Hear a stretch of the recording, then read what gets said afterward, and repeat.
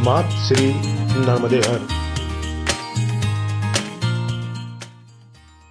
मात श्री नर्मदे हर उत्तर वाहिनी माँ रीवा की परिक्रमा का एक दिवसीय आयोजन माँ रीवा सिद्ध घाट रीवा दरबार के तत्वाधान में किया जा रहा है। सुरंग देवी आश्रम में हमारे साथ उस सेवा समिति के अध्यक्ष और संयोजक मौजूद हैं। आइए इस आयोजन को लेकर उनसे चर्चा करते हैं। महाराज जी नर्मदे हर। नर्मदे हर। महाराज जी, ये उत्तर वाहिनी रीवा परिक्रमा क्या है और इसका कैसे क्या आयोजन का विधि विधान है, इसके बारे में कुछ बताएंगे? जी, माँ नर्मदा पुराण और स्कंद पुराण में वर्णन मिलता है कि जहाँ पर माँ नर्मदा दक्षिण से उत्तर की ओर प्रवाहित होती हैं, उस भूभाग उस भूखंड की परिक्रमा करने से माँ नर्मदा की संपूर्ण परिक्रमा का पुण्य फल प्राप्त होता है। गुजरात में सैकड़ों वर्षों से प्रतिवर्ष चैत्र मास में लाखों श्रद्धालुओं के द्वारा माँ नर्मदा की परिक्रमा की जाती है। उसी तर्ज पर हमारा संध्या आरती मंच श्री सिद्ध घाट रीवा दरबार भी इस वर्ष माँ नर्मदा की उत्तर वाहिनी परिक्रमा का आयोजन किया है, जो मंडला के ऐतिहासिक और पौराणिक दृष्टि से महत्वपूर्ण व्यास नारायण मंदिर, वहाँ से इसका शुभारंभ किया गया, पूजन किया गया, संकल्प लिया गया।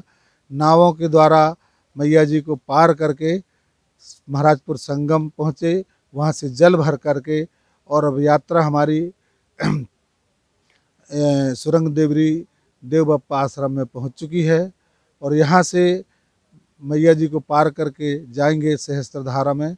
वहाँ पर भगवान भोलेनाथ को जल चढ़ाएंगे और वहाँ से पुनः जल भरकर यात्रा प्रारंभ की जाएगी, जो फिर व्यास नारायण मंदिर किला में पहुँचेगी और वहाँ पर जल चढ़ाने के पश्चात पूजन आरती के पश्चात और यात्रा को विराम दिया जाएगा।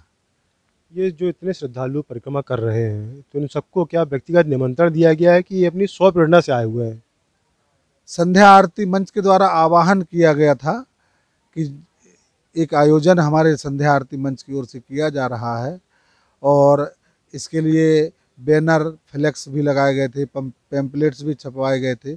उसके माध्यम से इसका प्रचार किया गया और सभी श्रद्धालु स्वप्रेरणा से आए हैं हमारे प्रचार के माध्यम से, और इसका कोई शुल्क नहीं लिया गया है किसी से। ये आयोजन जो हुआ है माँ रीवा की कृपा से बहुत सफल होने जा रहा है। आगे हर वर्ष क्या इसी तरह के आयोजन होते रहेंगे? जी हाँ, प्रतिवर्ष इसका आयोजन किया जाएगा और इस बार कुछ विलम्ब हो गया, इससे थोड़ा पहले चैत्र मास में की शुरुआत में ही इसकी योजना बनाई जाएगी। हमारे साथ समिति अध्यक्ष आदरणीय पूरन सिंह ठाकुर जी हैं। ठाकुर साहब, नर्मदे हर। नर्मदे हर भैया। ये जो आयोजन है इसको लेकर क्या कहना चाहेंगे आप? वैसे हम मंडला के वासी नर्मदा जी के स्नेह से बहुत ओतप्रोत रहते हैं और जैसा कि आपको भी विदित है कि जितनी भी नदियां इस सृष्टि में हैं, सब में मात्र माँ नर्मदा की परिक्रमा की जाती है। बाकी नदियों में स्नेह का भाव, श्रद्धा का भाव रहता है। तो जब नर्मदा अपने उद्गम से चलती है और वो विभिन्न दिशाओं की ओर उसका प्रवाह रहता है और हर दिशा की तरफ प्रवाह का अलग महत्व हमारे धर्म ग्रंथों में बताया गया है। और सबसे ज़्यादा महत्वपूर्ण उत्तर के मुख करके जब नर्मदा जी बहती हैं, तो चाहे वो छोटी सी जगह में हो, 200 मीटर हो, 400 मीटर हो, 4 किलोमीटर हो, उस यात्रा को करने में, उस परिक्रमा को करने में नर्मदा जी की पूरी परिक्रमा का लाभ मिलता है। इसलिए हम मैया जी की परिक्रमा कर रहे हैं, लोगों को जागृत किए हुए हैं और ये पहला अवसर है जब मंडला में ये बड़ा गंभीर और महत्वपूर्ण आयोजन संभव हो सका है। जब आपने कार्यक्रम की योजना बनाई, साथियों से संपर्क किया होगा, तब क्या उम्मीद थी कि इतने सारे लोग जुड़ पाएंगे? नहीं, नर्मदा जी के प्रति भाव की तो थी हमको कि नर्मदा जी के प्रति हमारे मंडलावासी बहुत ज़्यादा भावना रखते हैं और हम लोग बहुत दूर नहीं हैं, उनके उद्गम स्थल से काफ़ी पास में हैं। हमारे यहाँ नर्मदा की स्वच्छता भी है, लेकिन जब प्रचार कर रहे थे तब ऐसा बिल्कुल नहीं था।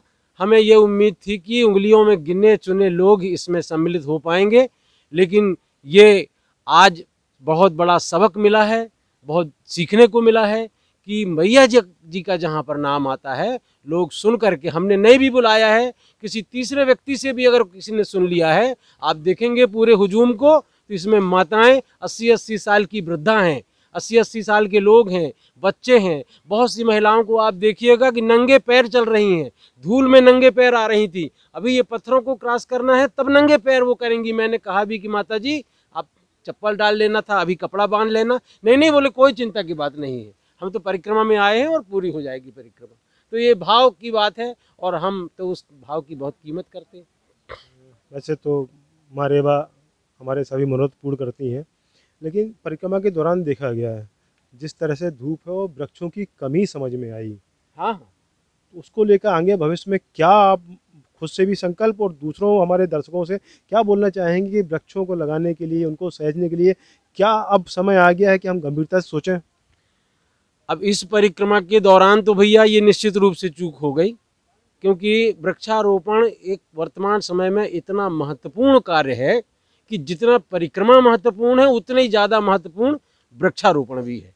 लेकिन भविष्य में जब भी कभी ये ऐसा आयोजन होगा तो हम बिल्कुल उसको गंभीरता से और अनिवार्यता के साथ वृक्षारोपण कराने का जो संशोधन रहेगा, नियम रहेगा, वृक्षारोपण कराएंगे तो उन पौधों को वृक्ष बनाएं, ये भी सब लोगों से अपेक्षा रहेगी। और उसमें जो भी सहयोग होगा हमारी समिति का, हम बिल्कुल भरपूर सहयोग करेंगे और वृक्षारोपण को भी उतना ही महत्व देंगे जितना माता जी की परिक्रमा को दिए हुए हैं।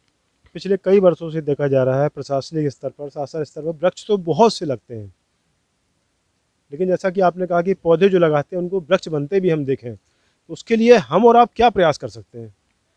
अब ये क्या है कि जैसे अभी इस प्रदेश के मुख्यमंत्री भी वृक्षारोपण का कार्य कर रहे हैं और प्रतिदिन एक वृक्ष लगा रहे हैं, और जहाँ भी जाते हैं वो इस बात को बताते भी हैं, लोगों से अपेक्षा भी रखते हैं, अनुरोध भी करते हैं कि आप भी पौधा लगाइए। तो बस ये संकल्प हो जाए कि मैंने अगर कहीं भी एक पौधा कहीं लगाया है तो उस पौधे को वृक्ष बनाऊं, ये मेरा संकल्प रहना चाहिए, जिस तरीके से भी वो हो सकता है। और जब ऐसा संकल्प रहेगा, आज देखिए कि जिन वृक्षों की छाया के लिए हम उनके नीचे खड़े रहते हैं, हमने उनको नहीं लगाया है, वो किसी और ने लगाए थे, लेकिन छाया हम ले रहे हैं। तो इस भाव के साथ कि नहीं, हम लगा रहे हैं, हमारी आने वाली पीढ़ी छाया में रहे। और ऑक्सीजन को लेकर के तो वृक्ष इतना महत्वपूर्ण हो गया है कि जितना महत्वपूर्ण पानी है, जितना महत्वपूर्ण भोजन है, जितना महत्वपूर्ण रहना सहना है, उतना ही महत्वपूर्ण वृक्ष है। वृक्ष नहीं रहेंगे, जीवन समाप्त हो जाएगा। अभी कुछ दिनों पूर्व हमारी देव स्वरूपानंद जी संत हैं, नर्मदा परिक्रमा पे हैं, नर्मदा समग्र को लेके भी काम कर रहे हैं।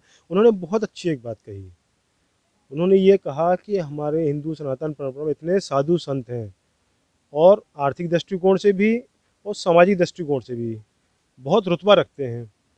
यदि वो अपने क्षेत्र में एक एक क्षेत्र बांट लें कि भाई इस क्षेत्र में हम वृक्षारोपण करेंगे, उनकी सुरक्षा हम करेंगे, तो हो सकता है उनके अनुयायी भी उसमें सहयोग करें, और ये मुहिम एक बहुत अच्छी तरह चलाई जा सकती है।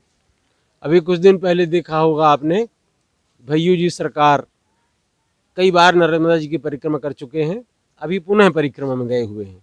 यहाँ से कुछ दूर पर प्रेमानंद जी का आश्रम बन रहा है और वहाँ उनने वृक्षारोपण भी किया है। उस वृक्षारोपण कार्य में भैयू जी भी और प्रेमानंद जी भी, और इन दोनों संतों के माध्यम से इस जिले में जितने भी संत जहाँ पर भी हैं सभी को उनने आमंत्रित किया था, सब आए थे।